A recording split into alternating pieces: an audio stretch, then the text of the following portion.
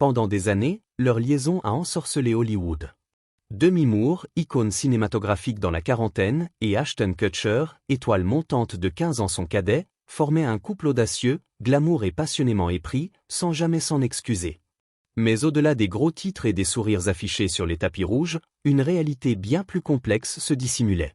Aujourd'hui, à 62 ans, Demi Moore choisit enfin de livrer sa vérité, révélant ce que les caméras n'ont jamais saisi, de la fausse couche déchirante qu'il a anéantie au compromis qu'elle a accepté pour tenter de le satisfaire, jusqu'à la trahison qu'il a laissée brisée et solitaire.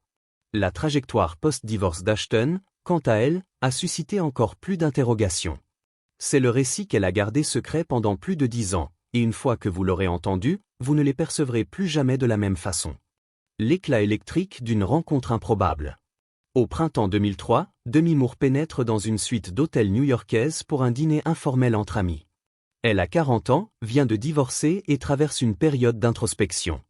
Ashton Kutcher, alors âgé de seulement 25 ans, est également présent, jeune, charismatique et déjà célèbre grâce à Date les années 70 show. Ils proviennent de sphères différentes, de générations opposées, mais lorsque leurs regards se croisent ce soir-là, tout le reste s'évanouit. Comme le racontera plus tard Moore, c'était comme si plus personne d'autre n'existait. Ils passent la nuit entière à converser, le lien est immédiat, naturel, magnétique. Il y avait une aisance entre nous, un profond sentiment de confort et beaucoup d'électricité, se souvient Demi. Ils partagent leurs histoires de vie, leurs souvenirs d'enfance, leurs espoirs et leurs blessures. Pour Moore, c'est comme une seconde jeunesse. Quand j'ai rencontré Ashton, j'ai eu l'impression de pouvoir recommencer, de revenir en arrière pour revivre ce que c'est d'être jeune avec lui. L'écart de 15 ans entre eux, ils ne le ressentent pas, ni dans les premières semaines, ni lorsqu'on les aperçoit en double rendez-vous à Miami avec Sean Diddy Combs et Kim Porter. Des témoins évoquent un baiser très romantique échangé à la sortie du restaurant. Quelques jours plus tard, Ashton s'entend déjà à merveille avec les filles de Demi, Rumé, Scout et Tallulah, et rencontre même son ex-mari, Bruce Willis. 2 mois plus tard, Kutcher fait sa demande dans le plus pur style hollywoodien. Un pique-nique de minuit sur une plage de Santa Barbara, des pétales de rose formant les mots « Marie-me » et une bague de fiançailles de 5 carats en diamant HR d'une valeur de 250 000 $. Ils emménagent ensemble peu après et lancent leur société de production, Catalyst Film. Sur le plan personnel comme professionnel, ils deviennent un couple puissant. En 2005, ils co-animent Saturday Night Live. Moore apparaît grimé en vieille dame pendant le monologue d'Ashton, se moquant de leur différence d'âge avec humour et autodérision. En septembre de cette année-là, ils se marient lors d'une cérémonie kabbalistique intime à leur domicile de Beverly Hills. À peine 100 invités sont présents, dont Bruce Willis, qui aurait versé quelques larmes. C'était un mariage magnifique, raconte un proche à People, d'une simplicité touchante qui reflétait parfaitement leur personnalité. Un autre ajoute, il y avait tant d'amour dans la pièce. Pendant un temps, leur vie semble parfaite. Ashton embrasse son rôle de beau-père à cœur ouvert, il fait des tresses aux filles, les encourage aux événements scolaires, suit même des cours de parentalité. Il dira un jour, l'amour ne se divise pas, il grandit. Bruce et Ashton s'entendent bien, nous sommes une équipe, dira Demi à propos de cette famille recomposée. Nous voulons ce qu'il y a de mieux pour nos enfants. En public, ils rayonnent sur le tapis rouge et à la maison, même lors des avant-premières, accompagnés de leurs enfants et de leurs nouveaux partenaires, ils offrent l'image d'une famille moderne que beaucoup admirent. Avant Demi, Kutcher était un célibataire vivant avec des colocataires. Moore affirme qu'il s'est parfaitement adapté à la vie dans une maison remplie de femmes. Sa relation avec sa mère a beaucoup joué, dit-elle, expliquant sa facilité d'adaptation. La chute silencieuse, perte, dépendance et compromis. Derrière les photos retouchées, le glamour des tapis rouges et l'image du couple puissant d'Hollywood, le mariage de Demi Moore et Ashton Kutcher se désintégrait en silence. Peu de temps après leur mariage en 2005, Demi tombe enceinte. Elle a 42 ans. Cette grossesse représente une seconde chance, un miracle pour elle et Ashton, qui se réjouit à l'idée de devenir père. Mais 6 mois plus tard, l'impensable survient. Lors d'un contrôle de routine, les médecins leur annoncent que leur petite fille, Chaplin Ray, n'a plus de battement de cœur. Moore est anéanti. Je ne peux même pas expliquer la profondeur de la douleur, de la perte, du vide, de la confusion, confiera-t-elle à Diane Sawyer en 2019. J'ai complètement perdu de vue ce qui comptait vraiment, ma famille. Le couple tente tout pour avoir un autre enfant, FIV, traitements hormonaux, adoption. Rien ne fonctionne. Le deuil dévore. Après près de 20 ans de sobriété, elle recommence à boire. Ce n'est pas un dérapage brutal, mais une lente dérive.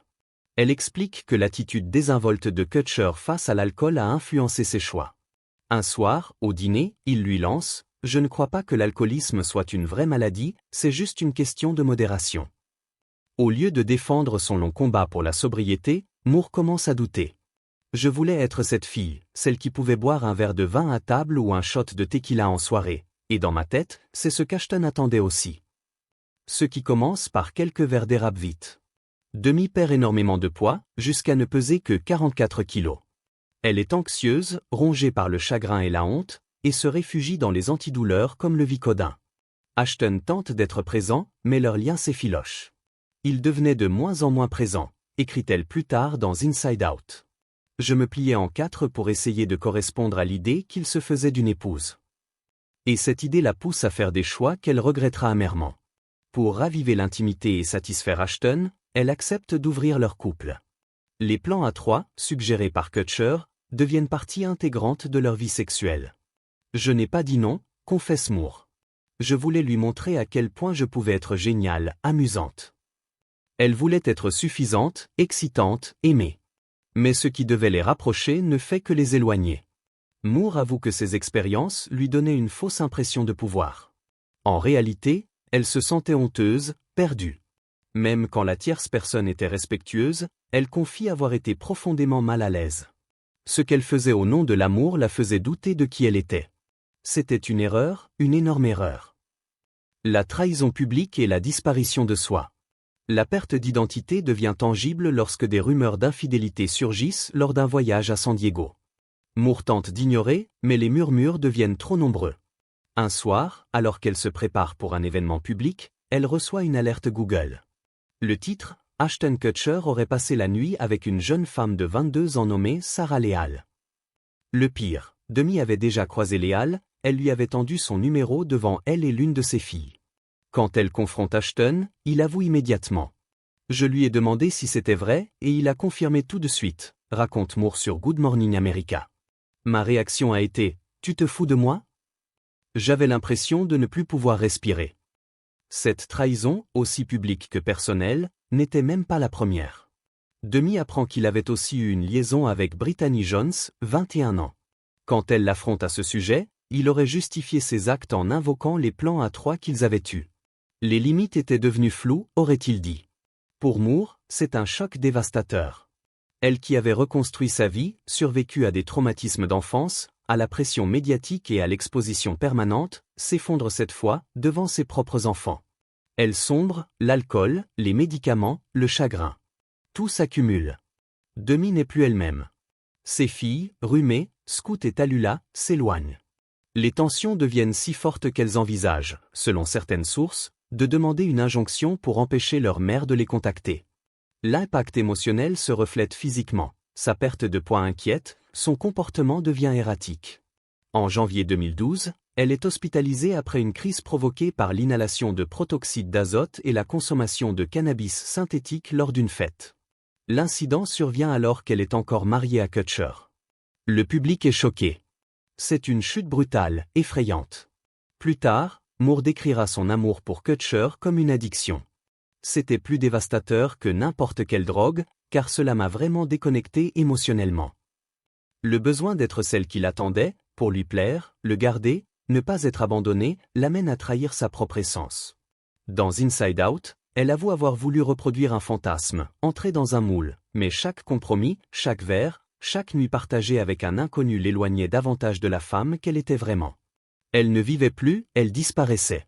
Moore est aussi lucide sur le double standard qu'elle incarnait. La société est cruelle envers les femmes plus âgées qui sortent avec des hommes plus jeunes. Elle devient la cible des tabloïds, des blagues sur les plateaux télé. Chaque ride est disséquée. C'est humiliant, et cela alimente encore plus ses insécurités. Kutcher, lui, reste discret. Lors de la sortie du livre, il poste simplement sur Twitter « Pour la vérité, envoie-moi un texto ». Il avoue ensuite avoir failli publier un message cinglant, mais y avoir renoncé en regardant sa fille et son épouse, alors, je l'ai supprimé. Mais la vérité est déjà là. L'acteur Scott Eastwood confirme même une liaison lors d'une interview dans Watch What Happens Live, affirmant que Kutcher avait couché avec sa petite amie de l'époque, ce qui, selon lui, a causé la rupture entre lui et Demi. Et pourtant, à ce moment-là, Moore n'a pas encore officiellement demandé le divorce. La séparation n'est pas annoncée, mais l'effondrement est en marche. La trahison, la perte, la confusion, autant de pièces d'un puzzle douloureux. Une femme, autrefois sacrée actrice la plus puissante d'Hollywood, est en train de disparaître, cachée derrière un rideau de douleur et de silence. Le dénouement légal, la fin d'une époque. La fin de leur relation. Le 28 novembre 2011, l'illusion du couple de cinéma le plus emblématique des amours décalés s'effondre officiellement. Après 6 ans de mariage, Demi Moore et Ashton Kutcher annoncent leur séparation. Les déclarations qu'ils publient sont empreintes de tristesse mais aussi de finalité. Moore écrit « Je suis rempli d'une profonde tristesse et le cœur lourd en tant que femme, mère et épouse. Il y a des valeurs et des engagements que je considère comme sacrés, et c'est dans cet esprit que j'ai choisi d'aller de l'avant avec ma vie. » Ces mots trahissent une blessure, une limite franchie au-delà du retour possible. La déclaration de Kutcher est plus courte mais tout aussi révélatrice, « Je chérirai toujours le temps passé avec Demi. Le mariage est l'une des choses les plus difficiles au monde et malheureusement, parfois ça échoue. » Et ainsi, le chapitre autrefois illuminé par des demandes romantiques sur la plage et des baisers sur tapis rouge commence à se déliter lentement dans les méandres juridiques. Bien qu'ils se soient séparés fin 2011, la procédure de divorce, elle, traîne. Ce n'est qu'en décembre 2012, plus d'un an plus tard, qu'Ashton dépose officiellement la demande. À ce moment-là, chacun mène déjà sa vie de son côté. Demi entame un chemin de reconstruction et d'introspection, tandis qu'Ashton apparaît de plus en plus souvent aux côtés de son ancienne partenaire de dette les années 70 show, Mila Kunis. Demi ne réagit pas immédiatement au dépôt de demande. Lorsqu'elle le fait 3 mois plus tard, il est clair que ce divorce ne sera pas une simple formalité discrète. Moore réclame une pension alimentaire et les frais d'avocat, une décision qui fait tiquer certains observateurs, étant donné sa fortune personnelle estimée à environ 50 millions de dollars. Mais elle demande aussi une reconnaissance financière des revenus qu'Ashton a générés durant leur mariage, notamment pendant les années fastes où il joue dans Mon oncle Charlie, estimé à 750 000 dollars par épisode. Rien qu'en 2011, Kutcher aurait gagné environ 24 millions de dollars. Ce qui complique encore les choses, le couple n'a jamais signé de contrat prénuptial lors de leur union en 2005. L'amour primait sur les considérations juridiques. En termes légaux, cela signifie que Moore pouvait prétendre à une partie des revenus de Kutcher acquis après leur mariage, y compris ses investissements technologiques fructueux et ses contrats publicitaires. À ce stade, Kutcher n'est plus seulement un acteur très bien payé, il est aussi un investisseur avisé, ayant misé sur des sociétés comme Airbnb et Uber. Il vient même de signer un partenariat avec Lenovo comme ingénieur produit et ambassadeur mondial. Pendant des mois, les avocats des deux camps négocient, débattent et échangent des propositions. Le point de friction, sans surprise, l'argent. Une source proche du dossier confie au New York Post, les avocats des deux côtés se sont disputés longuement sur le règlement financier, en particulier sur les revenus qu'Ashton a perçus tant qu'ils étaient encore légalement mariés. Finalement, ils ont trouvé un accord que chacun pouvait accepter. Enfin, le 26 novembre 2013, le divorce est officiellement prononcé. Les documents sont déposés à Los Angeles, mettant fin à un mariage qui avait commencé sous les projecteurs de l'espoir et fasciné le public. Selon TMZ, Kutcher accepte finalement de verser à Demi une somme plus importante que son offre initiale, ce qui clôt les longues négociations et permet à chacun d'aller de l'avant. Le couple qui semblait encore complice en public quelques semaines plus tôt est désormais légalement dissous. L'ombre sur le Golden Boy, la chute d'Ashton Kutcher. La chute d'Ashton. Lorsque Ashton Kutcher finalisa son divorce avec Demi Moore, tout le monde pensa qu'il avait réussi à tourner la page. À 34 ans, il construisait déjà un nouveau chapitre avec Mila Kunis, son ancienne partenaire de dette les années 70 show, fiancés, attendant leur premier enfant. Il semblait incarner l'archétype de la rédemption hollywoodienne, un homme ayant quitté un mariage compliqué pour trouver la paix, l'amour et la famille. Mais sous cette image soigneusement façonnée, une série de choix, d'amitiés controversées et de maladresses publiques allait lentement éroder la réputation de Golden Boy de Kutcher. Ce qui suivit ne fut pas un crash, mais un effritement lent et inquiétant. Dans les années qui ont suivi le divorce, Ashton semblait s'épanouir. Il accueille une fille, Wyatt, en 2014, puis épouse Mila en 2015. Leur fils Dimitri naît en 2016. Ashton devient père, investisseur technologique et philanthrope. Il cofonde Torn, une organisation à but non lucratif luttant contre l'exploitation sexuelle des enfants, une cause qu'il défendait déjà du temps de son couple avec Moore. Professionnellement, il passe du statut de star de sitcom à celui d'entrepreneur engagé. L'histoire semblait prometteuse, mais en 2023, l'image publique qu'Ashton avait méticuleusement reconstruite commence à s'effondrer. Le premier coup dur survient avec le procès et la condamnation de Danny Masterson, ami proche de Kutcher et ex-partenaire dans Date les années 70 Show. En septembre 2023, Masterson est condamné à 30 ans de prison pour viol sur 2 femmes.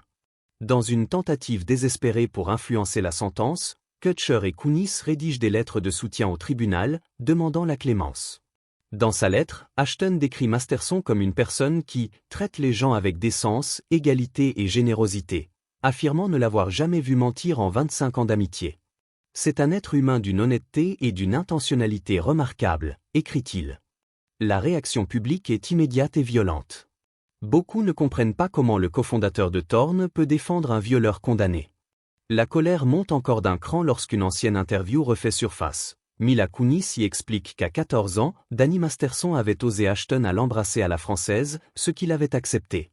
Un autre extrait télévisé circule également, dans lequel Ashton évoque un pari fait avec Masterson au sujet de ce baiser avec la jeune Kunis. L'image renvoyée est catastrophique. Pour tenter de calmer la tempête, Kutcher et Kunis publient une vidéo d'excuses, mais leur ton robotique et leur langage visiblement préparé n'apaisent rien. Les critiques les accusent de chercher à sauver leur image plutôt qu'à exprimer un vrai remords.